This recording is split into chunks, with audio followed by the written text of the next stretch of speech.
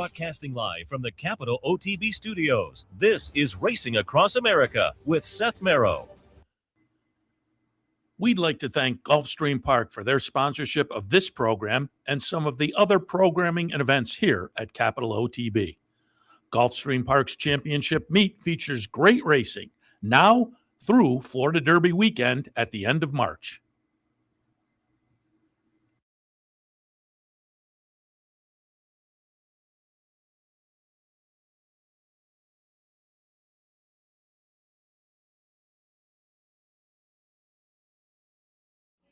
Good morning and welcome to Racing Across America on this Saturday morning. I'm Seth Merrow. Thanks for joining us. Lots of nice stakes action today. Again, NYRA's on their holiday break, so no racing in New York, but that doesn't mean there's any shortage of action. Nice stakes action down at Gulfstream. Fairgrounds has a big day. There's a stakes day, the Christmastide day at Laurel with some nice stakes action, and we will focus on that, all of those, as the day progresses. We'll be joined a little bit later on by Kevin Kilroy. He's your paddock analysis man down at Fairgrounds, also does the pregame show. Joe Kay down there as well, but we'll have Kevin Kilroy take a look at some of the Fairgrounds action. Mike Welsch, Daily Racing Forum coverage of Gulfstream. We'll talk about the nice day down at Gulfstream, nice stakes action down at Gulfstream. And John Piassek will come in to take a look at the Laurel action as well. All of that coming up in just a few. We'll also get Mike's take on the comeback of Tappan Street yesterday. The chart right here. He won at 1-9. But boy, he had to work for it. Came around the corner. It looked like he was leaning on the leader a little bit and really looked like, oh, this is going to be a chore. Then the leader, Pete Aiello noted, the jock on the horse that was leading, Step, who looked to have the speed and be the horse that was going to, I'm just noticing. Let me see if I can quickly. There we go. There we go. Racing across America. But Step looked to be the speed, was the speed, and then the jock dropped his crop, which again, Pete Aiello noted. Whether that would have led to him winning, I don't know, but it certainly didn't help matters at all. And subsequently, Tappan Street kind of powered on by, and the chart margin was only a length. I haven't seen a number, a buyer number. Craig Milkowski on X was speculating that a time form number might be 114 for Tappan Street. But again, it was a layoff of 8 months or so, 8-9 months. So got the job done. You would think, and I haven't read for sure, but Pegasus may be in the offing going forward. So we'll see. But as I said, I'd like to get Mike's take on that performance yesterday. Just before we get to our guests, just going to hit on some news. The Graded Stakes Committee announced their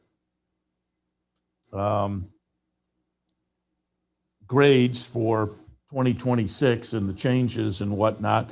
There was one race that was upgraded from grade 2 to grade 1. That's the Ladies Turf Sprint at Kentucky Downs. 2 races were downgraded, grade 1 to grade 2. The Franklin Simpson Stakes at Kentucky Downs and the Kilroy Mile at Santa Anita. There was some concern about that on social media, obviously with the situation out in Southern California, no Northern California anymore. There's some contraction out there, and you lose a grade. What does that? Obviously, you have a grade 1 sitting out there.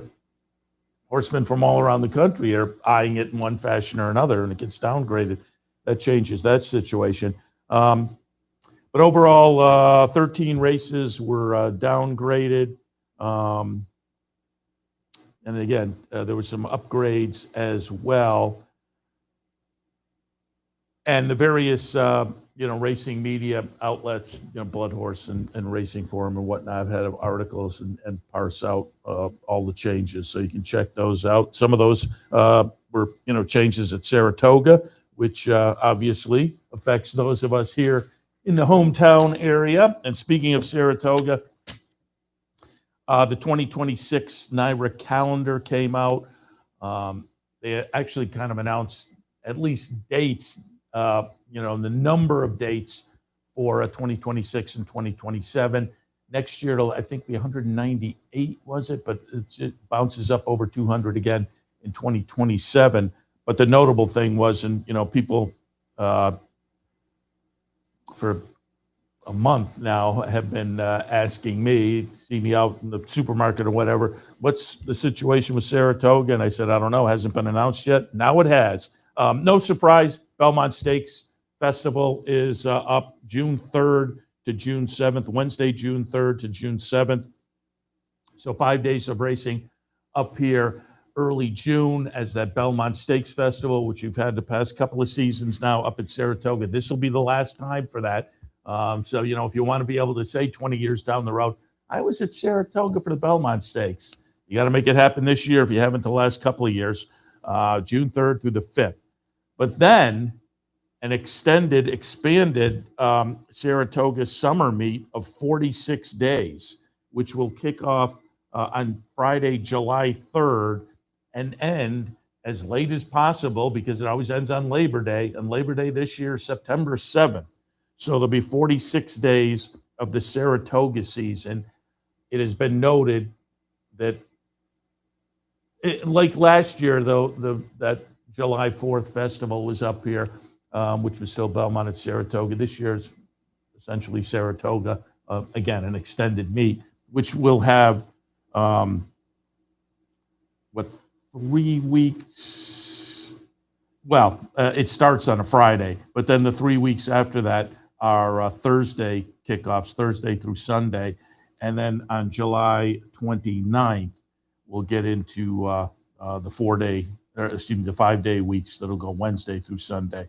So again, the first few weeks are a little bit shortened, but overall, an extended meet of 46 days plus the 5 days of the ballot. So there's 51 days of Saratoga coming up this year. All right, we'll take a break. When we come back, Kevin Kilroy from the Fairgrounds will join us. Nice big day of racing down in New Orleans. We'll talk about that and more right after this. Stay tuned.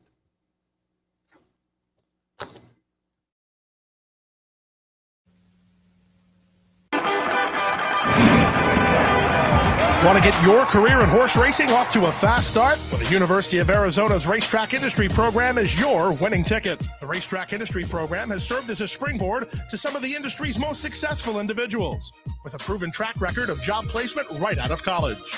If you want to earn a degree in the exciting horse racing industry, the Racetrack Industry Program can put you in the winner's circle.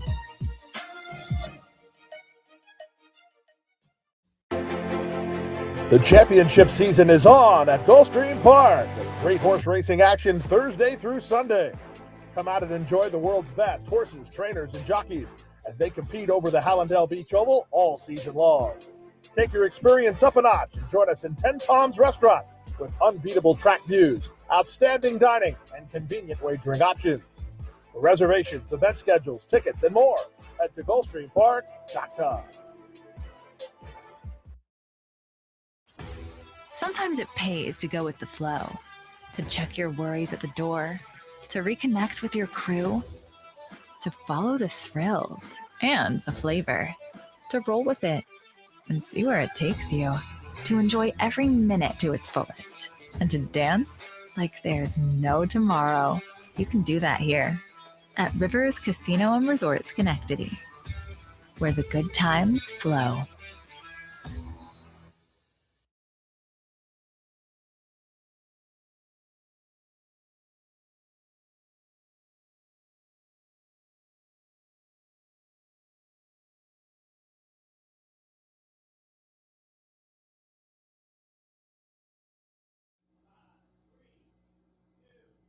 Just found out that just a touch is scratching from the tenacious.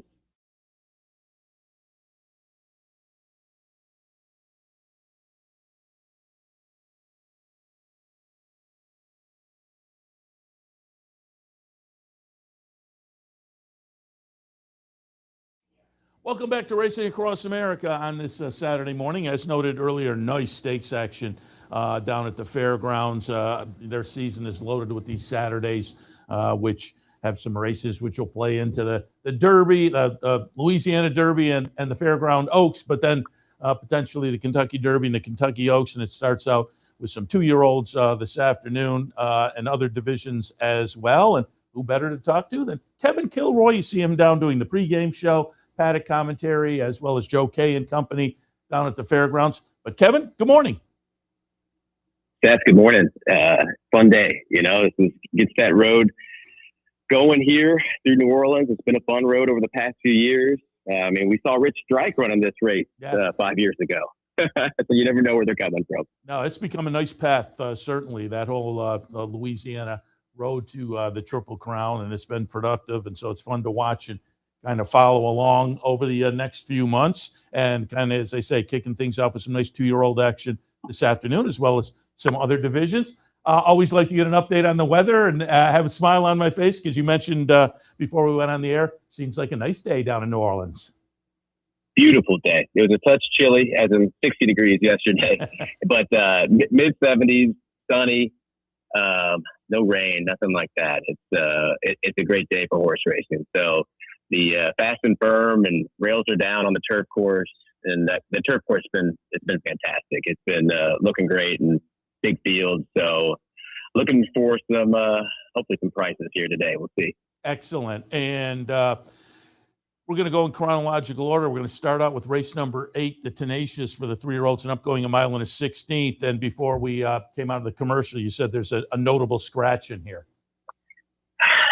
Seth, just as you called, I got a text saying that Just a Touch is a scratch from the Tenacious.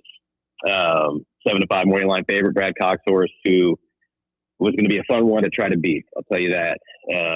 So no Just a Touch is what I'm hearing, and no number 1 dude on the outside. Still a very, very solid race. Just changes the pace scenario. Just a Touch would have been a big part of making a hot pace. So kind of thinking through it real time, I think that moves up Not This Boy. Not This Boy, that Doug Cowan's horse with Jose Ortiz up. Him and Como Rubino Amoide, I think, benefit from Just a Touch not being in there, because they would have been sort of suffering through some hot fractions with Just a Touch. I do feel like Stowaway could be in a perfect spot there. He's doing fantastic, talking to the barn. And San Siro, I was just talking to Brendan, and he just thinks that he's doing really well, proven himself here, loves the long stretch. So the 5 San Siro might be that price you want to consider to run him down. I like San Siro a lot in terms of Just a Touch being in there, maybe more so underneath now that he's gone, if that makes sense in terms of the pace. Yeah, I originally had obviously not Just a Touch on top, 2 for 2 at the Fairgrounds, but with the scratch of that one, and was coming off a layoff, so it was one of those horses that maybe you could make a case to take a shot against. I, too, like Not This Boy and Stowaway. But I thought, and I pulled up a replay going back to Churchill on November 12th, I thought Sir Greyland for Kenny McPhee coming off this win at Churchill. Sir Greyland is going to be the number 3 horse here. I thought coming off this win at 6-1 on the morning line, and again with the scratch of Just a Touch, I don't know what we'll get, but I thought Sir Greyland might be a little bit interesting. Yeah, he's been great. He's been great. Those last 2 races, I think he didn't have necessarily the setups that he wanted. There was like a lone front runner in each of those. He was able to run very good in both of those. And his form is going in the right direction. If he's got another level and he's able to show it today, he looks dangerous. I'm just not sure how much I trust him against these. But I do think that he definitely looked great at Churchill in those last 2. Yeah, Not This Boy, Jose Ortiz on board, who down there at the Fairgrounds is continuing to do what he did last year down there, coming off that good Churchill meet, he and his brother, obviously. So Not This Boy it's going to be an interesting race now with Just a Touch out to see how the odds shake out, but it does look like I know. I'm in the mindset I was going to try to beat Just a Touch. Yeah. He's burned so much money. So now I'm sort of scrambling, thinking through my head, like, all right, how am I going to approach this one? But it's an interesting field. It's a bunch of horses that feel like they've been facing stakes company, but they haven't necessarily been facing stakes company. And that Como Rubino Amoide, you can't sleep on him. He's a Godzilla, is what I call him. Japanese bred, and he keeps coming. With 6 furlongs, he was second. He almost got it done in the Thanksgiving Classic. And he ran very well in this series last year. So Paco Lopez up. God, I wouldn't be surprised to see him just break sharp and try to steal it on the front end. Yeah, I have a couple of question marks near him. I left him out of my mix, but I may I might regret that. Ninth race this afternoon will be the Diliberto Memorial, 1.16 miles on the grass. I tilted towards Gigante for Steve Asmussen. We're going to take a look at last year's Buddy Diliberto, where he won. So he comes in as the defending champion, comes in off a couple of wins for Asmussen over at Remington. But Capuna looks interesting. Emmanuel, who, started the career in the Todd Pletcher barn. That's been a while ago now, but goes out for Mike Maker. Theismann, I thought, was interesting. What did you see in the Diliberto? I'm high on Capuna. That was a very, very impressive effort at Churchill last out. And he might have beaten a better field than he's facing today when he went up against the likes of Epic Ride, Northern Invader. I thought that was a salty little allowance there. And he was able to settle and produce down the lane and galloped out so strong. Flying Fee Stables paid $100,000 for him, thinking about the turf. Norm's got him going good. I think he's the one. He draws perfectly. Ben Curtis up. I think Capuna's the one to maybe single in here and get away from Gigante the way I'm seeing it. But I'd rather be blessed. I mean, this is a horse that I think has more talent than the market ever gives him. And he needs Lasix.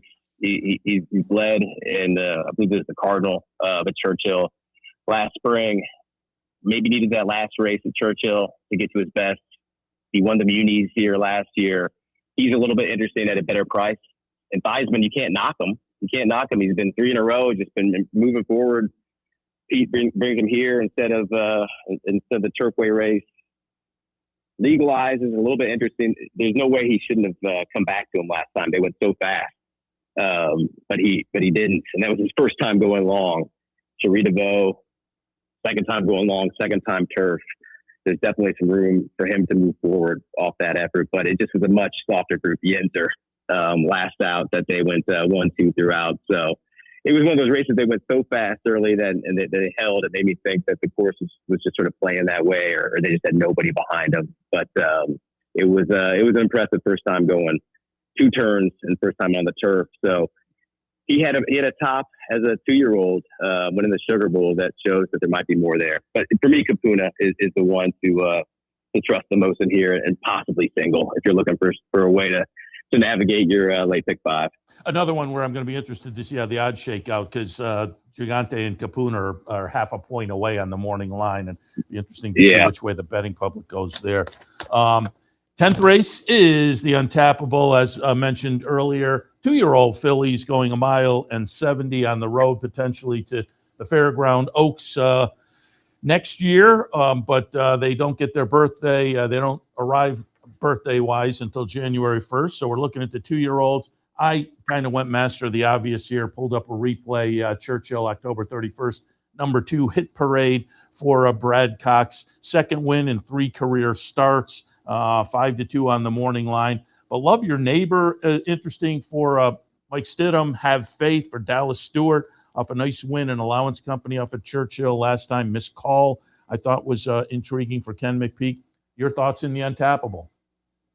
Yeah, Pashmina. I really like Pashmina in here. Rob Adress's filly. That race that she ran last out.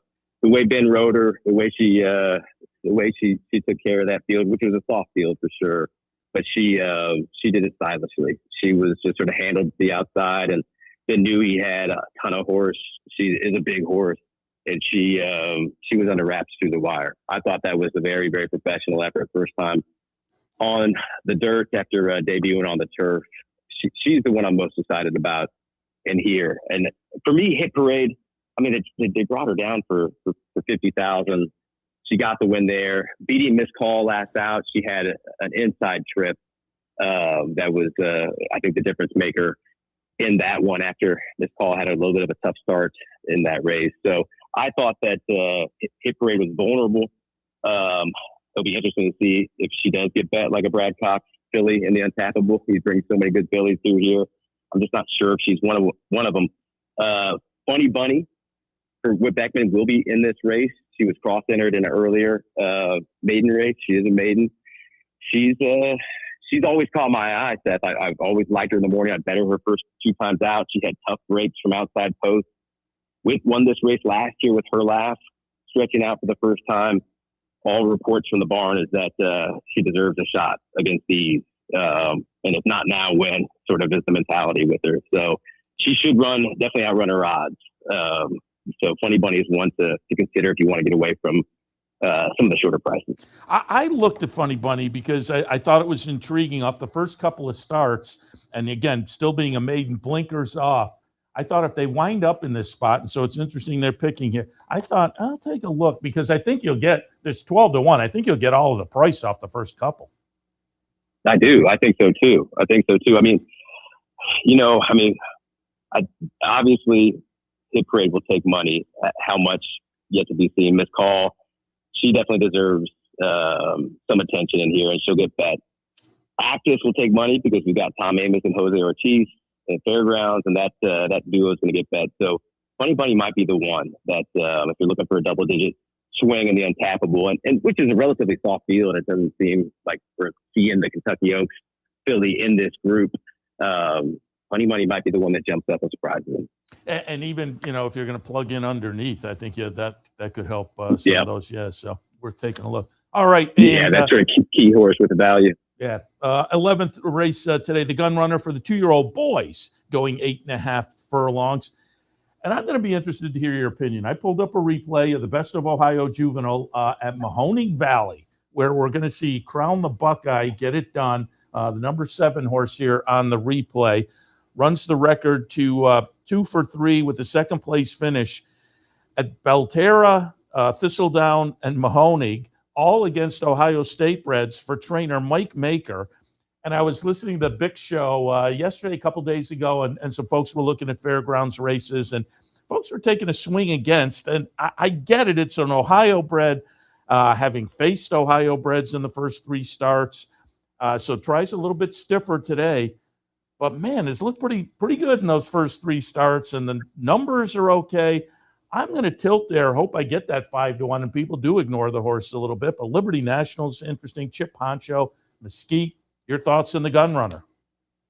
Yeah, I mean, I think you'll get that price. If it was a similar race as the Untappable, then I would be, very interested to bet Crown the Buckeye in terms of the sort of a softer field. But I think this is a very serious group. I think we'll see at least 2 of these get those points for the Derby. The inner 3 horses, Mesquite, Chip Honcho, and Liberty National, I think are serious horses.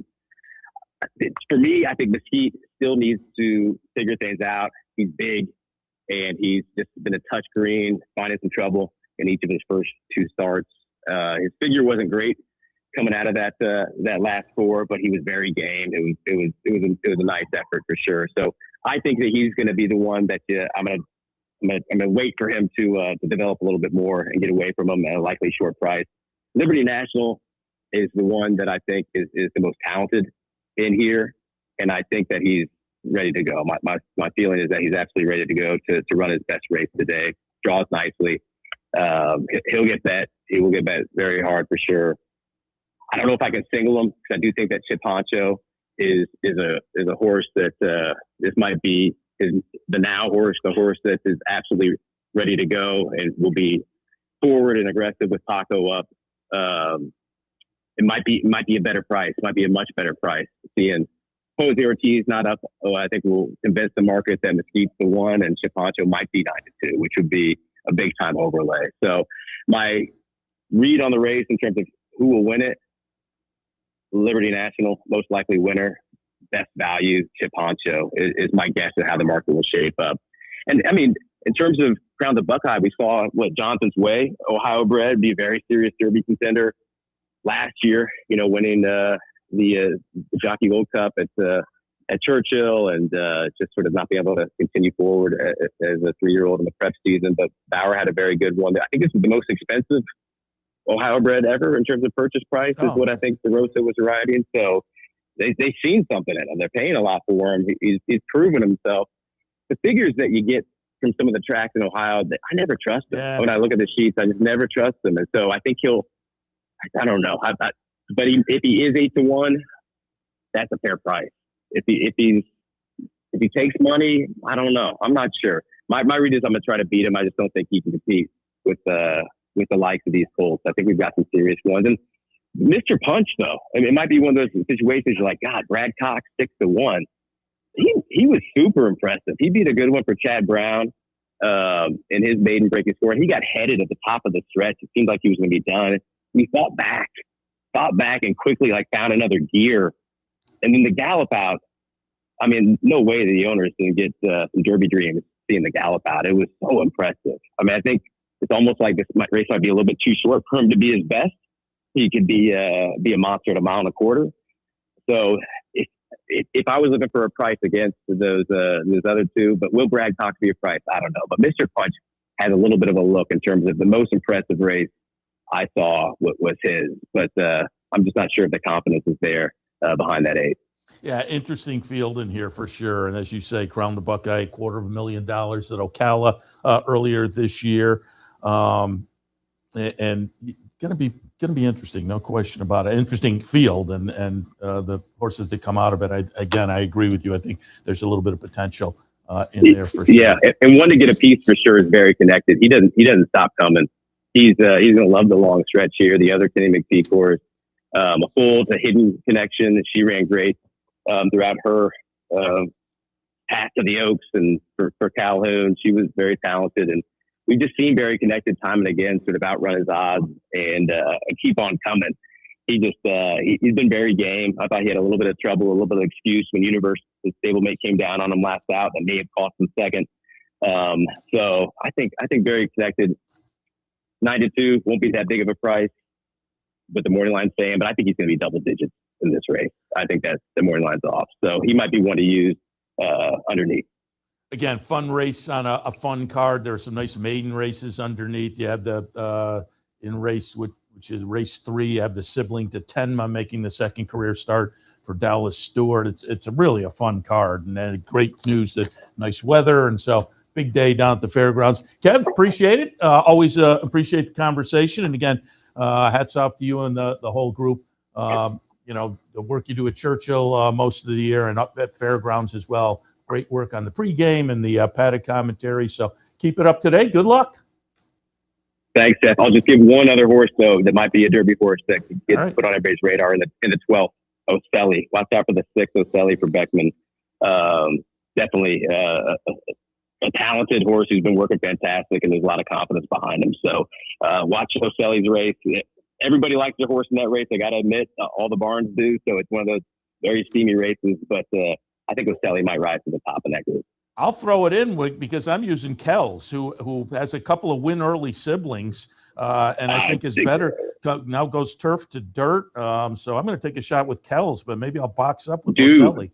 Absolutely do, because I was just hanging out with Kenny in the barn, and they just said that's the price horse of the day for sure. So he's going to run better. He's doing great. Excellent. Kev, again, appreciate it. We'll talk again. All right. Thanks, Seth. Good luck today. You too. Kevin Kilroy from the Fairgrounds. We'll take a break. When we come back, Mike Welch taking a look at a big day at Gulfstream. Stay tuned.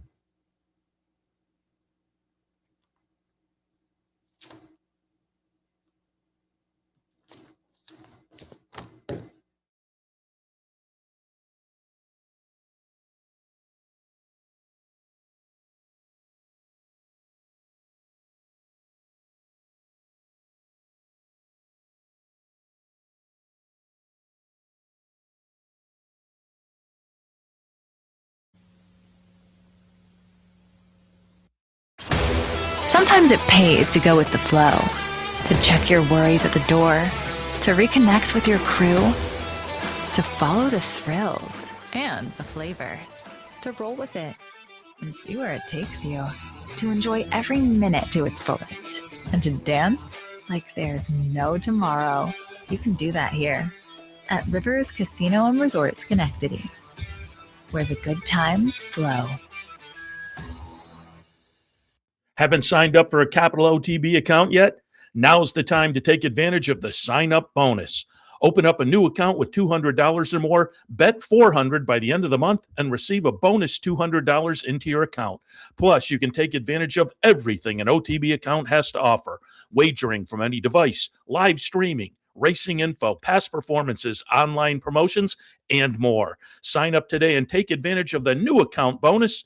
Details at capitalotb.com.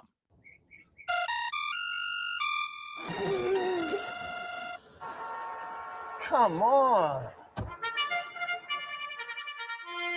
I want sales reports on my desk by Monday. Oops. My bad. Love racing? RTN brings you every live simulcast on your home television, plus live video streaming and race replays on your PC and mobile devices. To order, visit rtn.tv. RTN, a breed apart.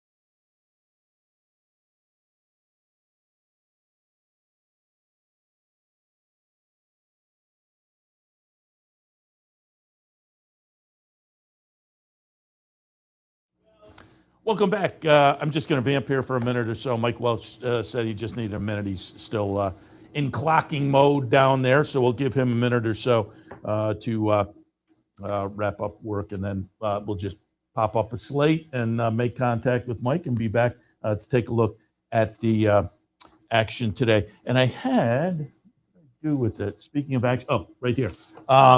One track we're not going to talk about, but a notable stakes race today down at Oaklawn, the Tinsel. $150,000 up for grabs for 3-year-olds and up, going 9 furlongs. And the notable in here is going to be Rattle and Roll. Coming off a 5th place finish in the Clark last time, ran a good second in the Fayette at Keeneland in October. This is the winner of the Clark last year for Kenny McPhee. Horse I've liked throughout the career. I'm always on the wrong. I jump on him on a poor performance, and then he gets it done, like in the Clark last year at 9-2.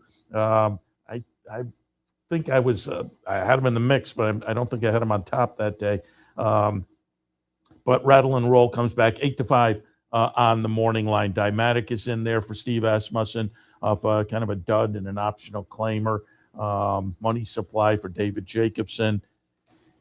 Interesting field, but the interesting portion of it is going to be Rattle and Roll and see how he does. That's race number 8 this afternoon, the Tinsel down at Laurel Park. All right.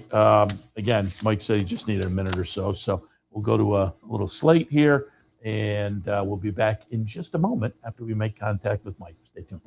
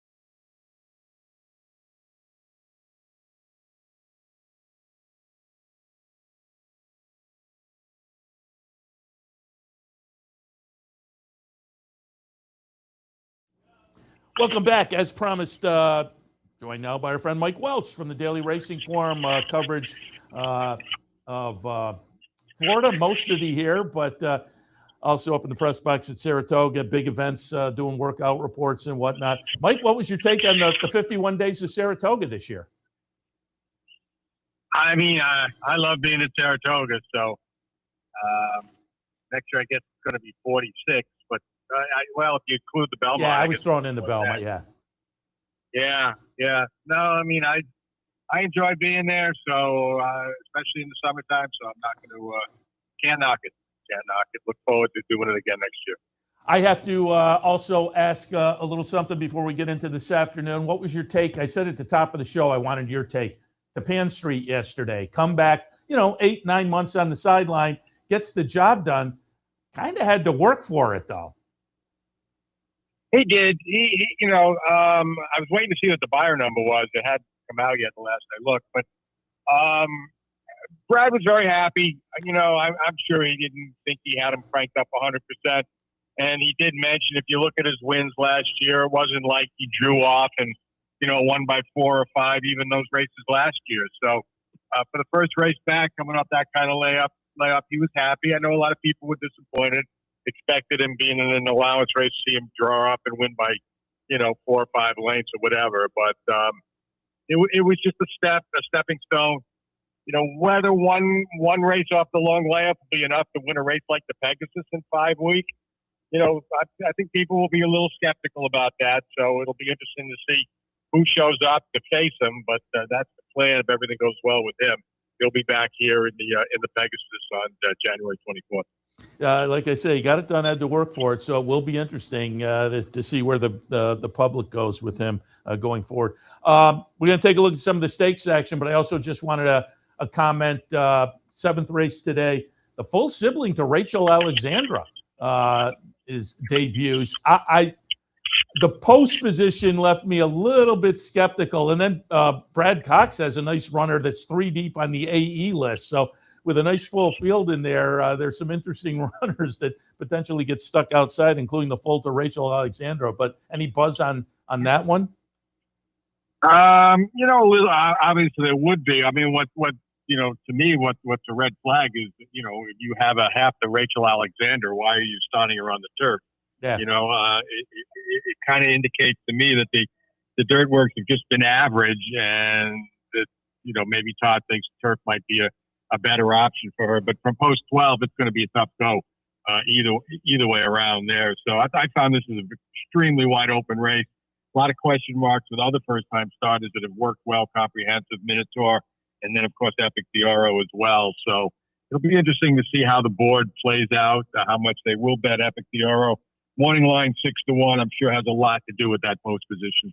Yeah, but that's going to be very, and as I say, I totally agree. The post position left me. I mean, we saw Todd yesterday had a couple starting on the turf first out. One of them that IRAD was on was a $1.3 million baby, and again, to me, red flag starting first time on the turf. The horse was not bet, was 6 or 8-1.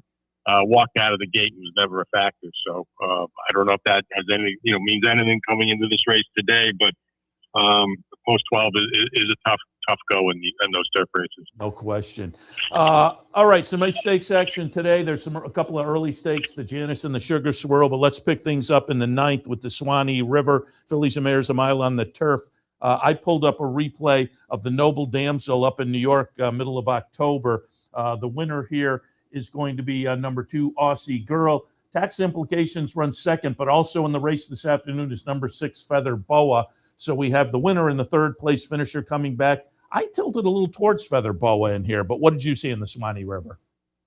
I thought this race is so wide open. It's going to be a race where Tripp's going to decide the outcome. The turf course has been favoring horses that have been on or near the lead, too, so that may have a little effect on the outcome as well. Aussie Girl certainly can come right back and win, no doubt about it. Work well subsequent to that race. Has had her races pretty well spaced, February to October, and now December, 2 months later off of that win. Probably the right thing to do, though, off a hard effort like that. I have a million horses checked in here you can make a case for. Serona, I thought, for Graham Motion, 3rd off the layup, 3rd to start in the U.S. I thought her first race was very good. Just getting beat by no show Sammy Joe. And then in the Y, a mile of 3 is probably not what she wanted to do. Now she turns back to a mile, which was her distance in Europe. So for a price, I took Serona. I thought Cabal de Oro could be a major factor. Feather Boa, absolutely. Like the way that horse has been training on the dirt for that race, for this race as well. And moving on up to Sappy. So a lot of ways you can go in here. Let's take a look at the Harlan's Holiday, grade 3, 150,000, 8.5 furlongs. I settled on Skippy Longstocking, but off the last couple, I have no arguments anybody wants to go against. I pulled up a replay beginning of November. We're going to take a look at number 6, Poster, getting it done in here for Owen Hardy. And off of that effort, Poster to me is a little bit interesting as an alternative. Hold My Bourbon, I thought, Con Campania also on the outside. What were your thoughts in the Harlan's Holiday and your thoughts on Skippy? Yeah, I mean, I don't know what to make of him. I'm not even sure Sappy does. Sappy told me, he got the thumps in the Charlestown Classic. He had the same situation, and he's running the Pegasus in the last 3 years. I think it was the first year he was eased. Same thing happened. So you don't know what you're going to get there. He's bounced back. The workouts are good. Sappy says they've been good, and our clock report has been working very well. But I don't know.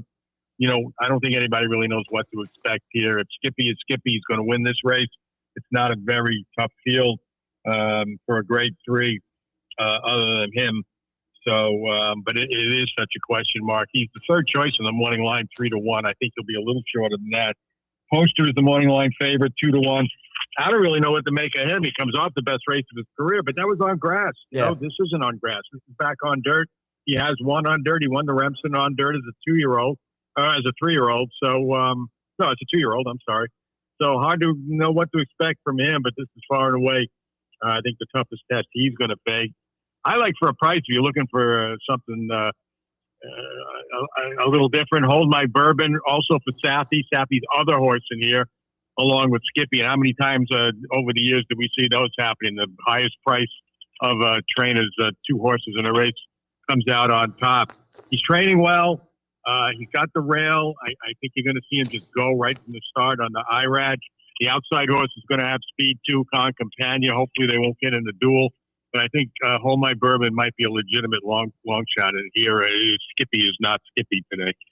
I like it. And finally, in the Fort Lauderdale, on the turf at a mile and an eighth, I pulled up a replay. I'm taking a shot. I went a couple of races back for Chasing the Crown. This is a race at Kentucky Downs. Chasing the Crown's the number 7.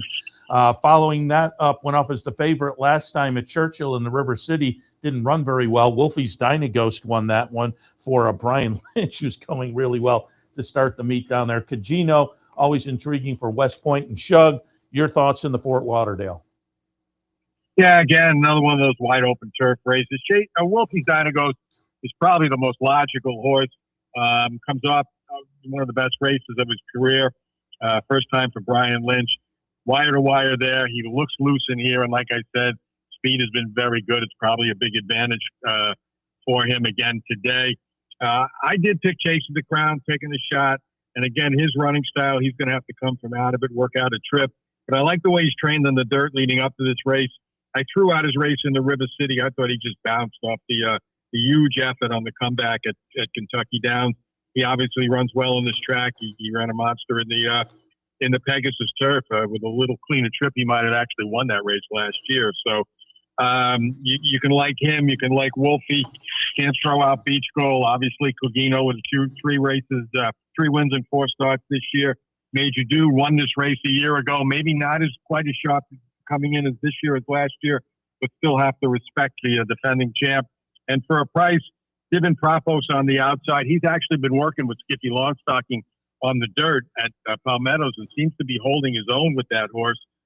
Third start since joining Sappy's barn. I think this horse is a very live long shot in here. Yeah, interesting. Mike, appreciate the comments. And again, nice day of racing down there. Nice stakes action. Again, the full to Rachel and race 7. Some other nice races on the undercard as well. But we appreciate the conversation. We'll talk again. Okay. See you guys soon. Appreciate it. Mike Welch from the Daily Racing Forum taking a look at the Gulfstream action. We'll take a break. We'll shift gears. Nice big stakes day at Laurel today as well. We'll talk to John Piassek about that right after this. Stay tuned.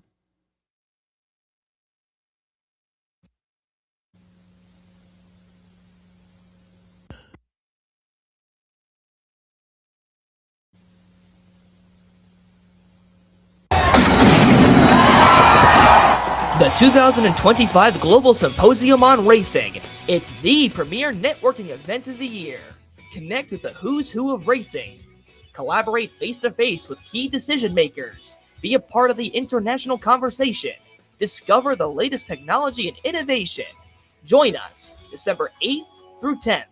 Register at racingsymposium.com. Capital OTB is now streaming live on Roku. The RTN Racing channel on Roku lets you watch OTB TV live through your Roku device or your Amazon Fire Stick, rather than being limited to computers and mobile devices, which means you can now watch OTB live wherever you are. Simply open Roku, scroll to find the RTN channel, then click on OTB TV. OTB TV on Roku. Try it now.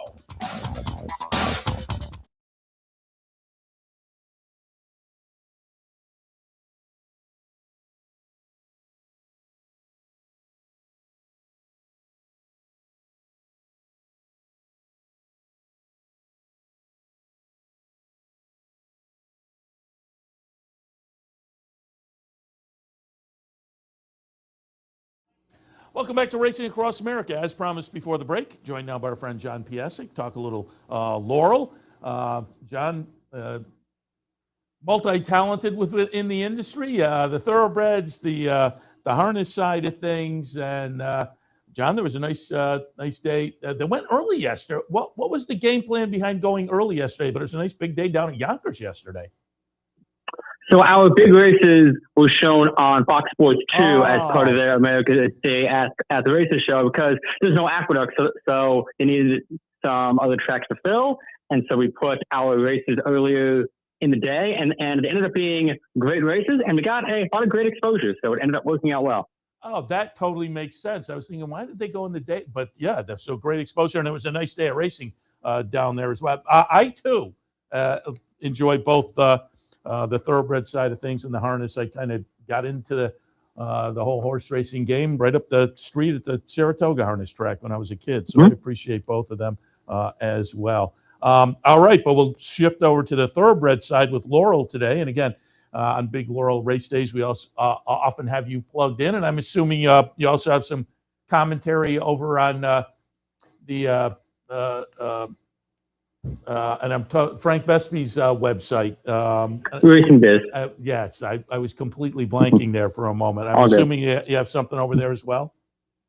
Oh, yes. Every race day, I'll have my picks and analysis for the entire card. And today's card, on top of all the stakes, we have a late pick 5 carryover of just under $8,000. Frank and I recap each Saturday, or should say in advance, we go over each Saturday's late pick 5 sequence on the Racing Biz YouTube channel. Be sure to check that out, as well as my written analysis. And people love those pick 5 carryovers, so I'm sure that will get plenty of action.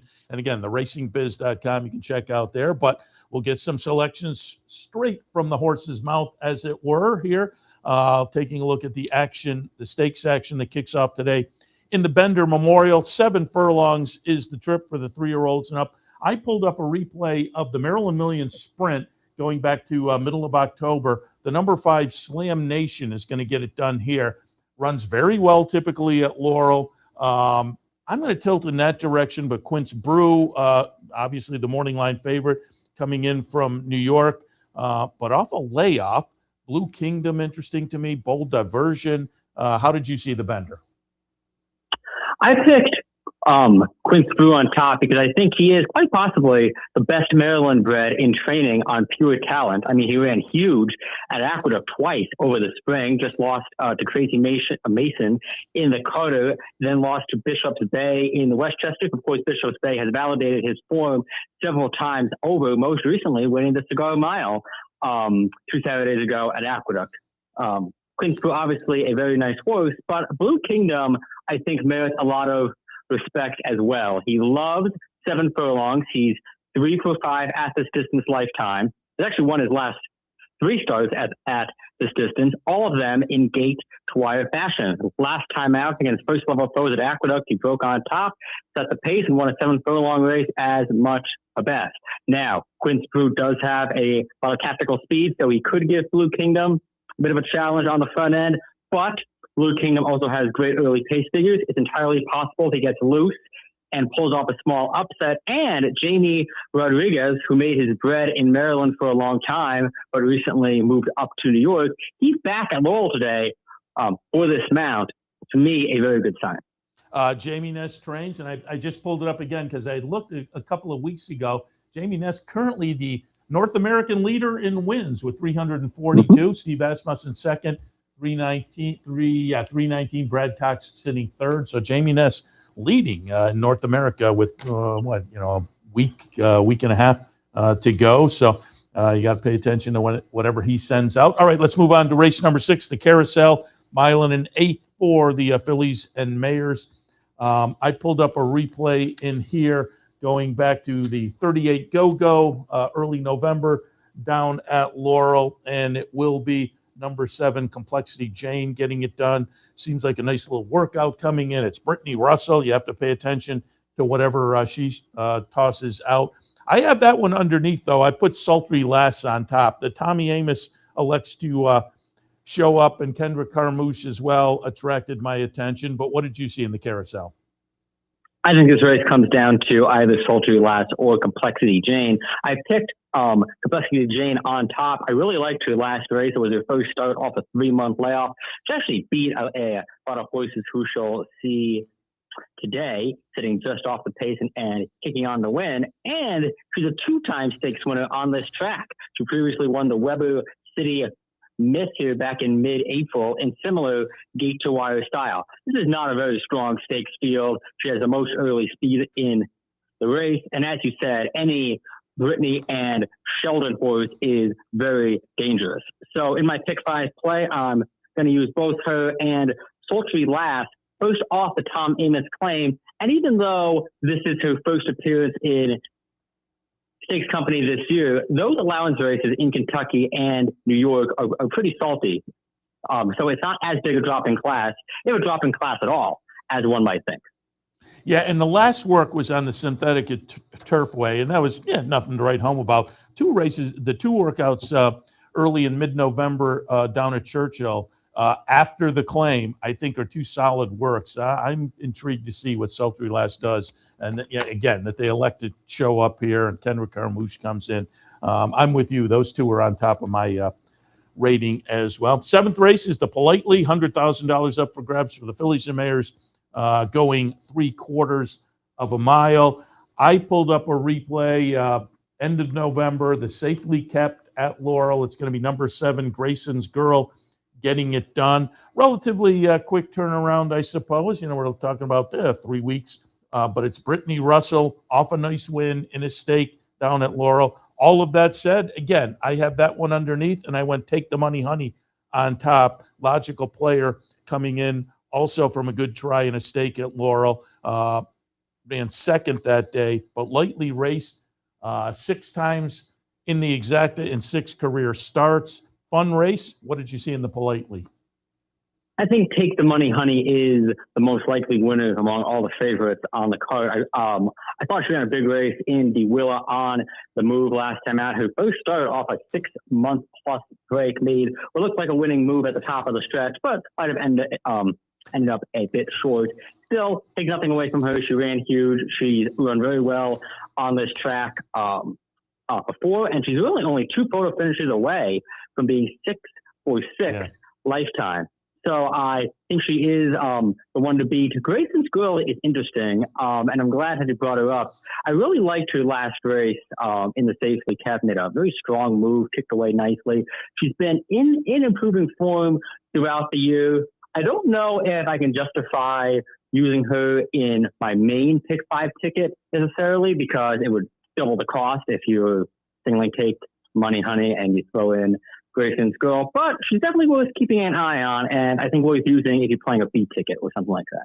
Yeah, on the numbers, clearly Take the Money Honey has the edge on the buyers, but off of that last, which was a lifetime best buyer for Grayson's Girl and start number 9, maybe she's just rounding into some nice form late in the 3-year-old season.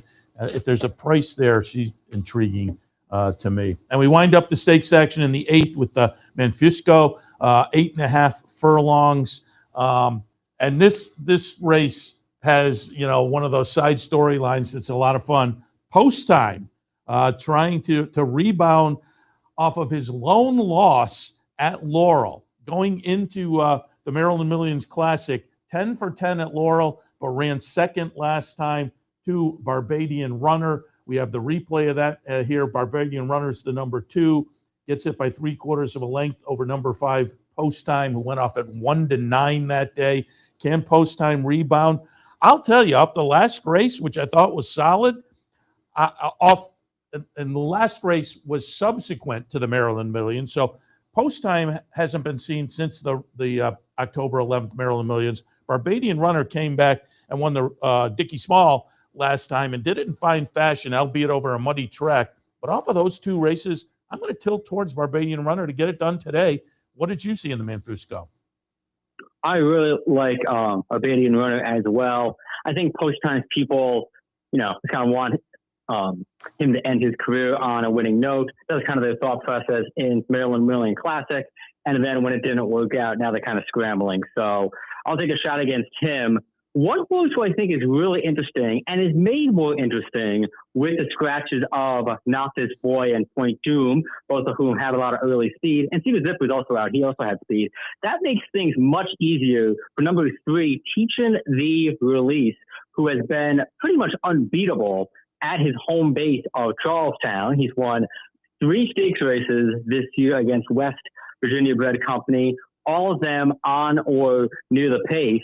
And with all those horses out, he now has by far the most early speed. Now, he's obviously never faced anybody of the caliber of Post Time or Barbadian Runner, but he's clearly very talented. And if he gets slow enough for action, he might just get brave enough to hold off both of them. Yeah, I had a couple of little circles next to him as well. I thought he was potentially a little bit interesting, but Barbadian Runner just comes in really good form. And again, those stakes we talked about are all part of that late pick 5 with the carryover. So should be a fun day down at Laurel with some nice stakes action on this Saturday afternoon. John, always appreciate the conversation. Good luck to you. Happy holidays as well. We'll talk again. Sounds good, Seth. Take care. Appreciate it. John Piassek. Again, you can find his comments and selections often at theracingbiz.com. Our friend Frank Vespi's website covering racing in the Mid-Atlantic region. So check that out also. Fun show today, action-packed. Again, there's no racing in New York. They're on their holiday break. They'll come back late next week. But, boy, there is great action all around the country. As I say, we looked at Fairgrounds Big Stakes Day, Gulfstream Big Stakes Day, Laurel Big Stakes Day.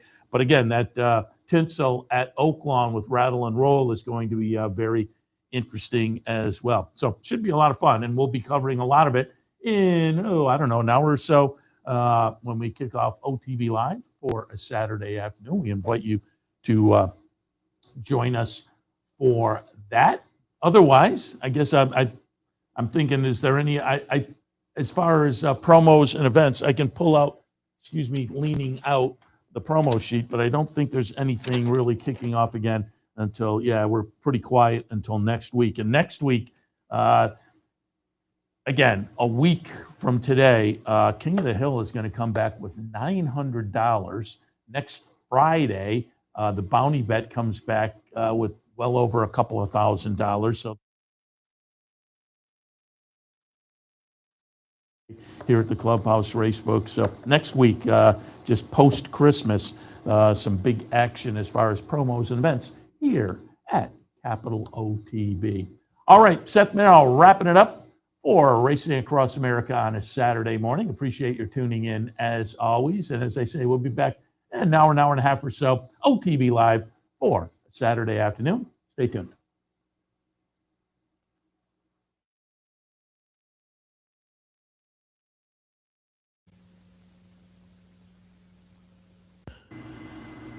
We'd like to thank Gulfstream Park for their sponsorship of this program and some of the other programming and events here at Capital OTB. Gulfstream Park's championship meet features great racing now through Florida Derby weekend at the end of March. You're watching OTB TV, a service of Capital Off-Track Betting.